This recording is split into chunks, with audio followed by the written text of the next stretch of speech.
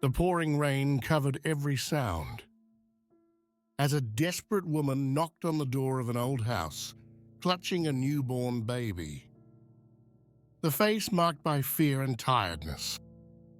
Before continuing, subscribe to the channel and activate the bell so you don't miss our future wonderful stories.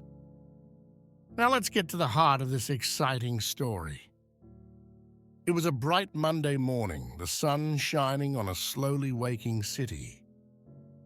In the pastry shop, Dolce Delisier, Tamara, a bored sales assistant, was sipping a coffee while absent-mindedly looking out of the window. His thoughts wandered far from that place. An elderly woman, dressed in shabby clothes, entered timidly, trying not to attract too much attention. Every step seemed like an unbearable weight, and my eyes searched for hope in every corner of the room. "Good morning, excuse me," said the old woman in a trembling voice. "Could I have some bread at a reduced price? I'm really hungry and I don't have enough money." Tamara looked at her with contempt, replying curtly, "I'm not a millionaire. Go away and don't bother me again." The sharp words cut the old woman like blades, and her face dropped further. Just at that moment, an elegant woman named Alessia entered the pastry shop. Alessia was a regular customer, always impeccable and well-dressed. Her presence radiated an aura of confidence and well-being. Without hesitation, he paid for the old woman's bread, showing a generosity that Tamara would never have considered. The old woman looked up, incredulous and grateful, as tears filled her eyes. The scene deeply affected Beatrice, a regular customer who was watching everything in silence. Beatrice immediately remembered her own difficulties. Years earlier, after the sudden death of her husband Lorenzo, she found herself alone with a newborn baby to raise. The memory of that terrible night was still vivid. Lorenzo had died in a strange and suspicious accident, leaving her alone and desperate. Beatrice still remembered the last time she saw her husband. She had said goodbye to him that morning, never imagining that it would be the last time. The police had said it was a tragic accident, but something didn't add up. He had spent sleepless nights trying to figure out what had really happened. Beatrice's mother-in-law, Elda, had blamed her for her son's death and kicked her out of the house, forcing her to seek refuge elsewhere. Beatrice, with the baby in her arms, had wandered aimlessly until she met Norina, a kind elderly lady who had offered her a room to rent. She remembered well the feeling of desperation that had accompanied her as she held little Ariana, hoping that someone, anyone, could help her. Norina had been an angel fallen from heaven. Thanks to her and her incredible willpower, Beatrice had managed to improve her life, becoming a successful woman. Beatrice's life had not been easy. Every day was a struggle to survive and provide for her little girl.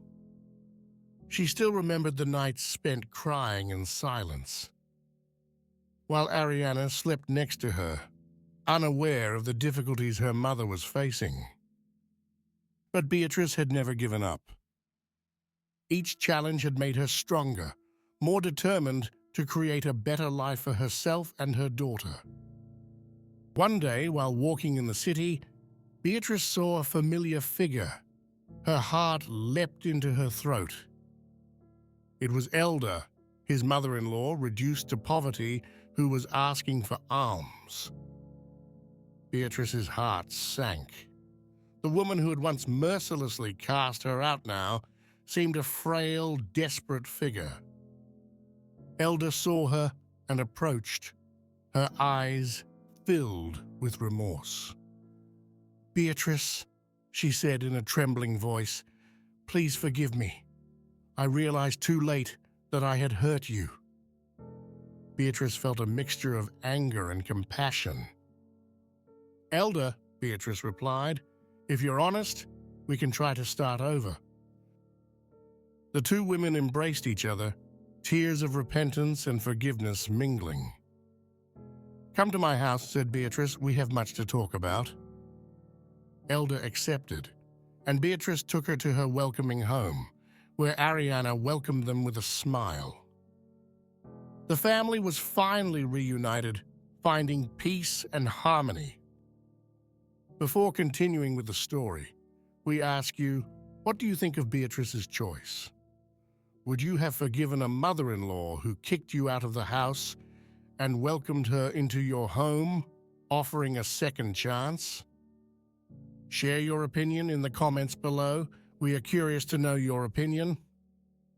And if you like the video, leave a precious like and don't forget to subscribe to the channel. One evening, sitting together, Elder told her version of the story. "After Lorenzo died," she began, "I was devastated. I blamed you, Beatrice, for my grief, but now I know I was wrong." Beatrice listened in silence, trying to understand the deep wounds that had marked their lives. "When I lost everything," Elder continued, "I understood how important family was. I wanted to see my niece again, to ask for forgiveness." Ariana took her grandmother's hand and said, "Grandma, the past is the past. We are together now, and that's what matters." Elder cried with joy, holding her granddaughter's hand tightly. Over time, Elder became an integral part of the family. Beatrice often invited her to dinner, and Ariana spent hours listening to stories of the past. Every evening, sitting around the table, they shared memories and laughter, creating new bonds that healed old wounds. One morning, over breakfast, Elder said, "I never imagined I'd find a family again. Thank you, Beatrice. Thank you, Ariana." Beatrice smiled, finally feeling a weight lift from her heart. She thought about how hard the road had been, but now, sitting with her family, she knew it had been worth it. He remembered the moments when he thought he wouldn't make it, when all seemed lost. But forgiveness had brought new hope. Life had been unfair, but through forgiveness, they had found new peace. And you, have you ever forgiven someone who had hurt you badly? Leave a comment below with your story, and let's reflect together on the power of forgiveness.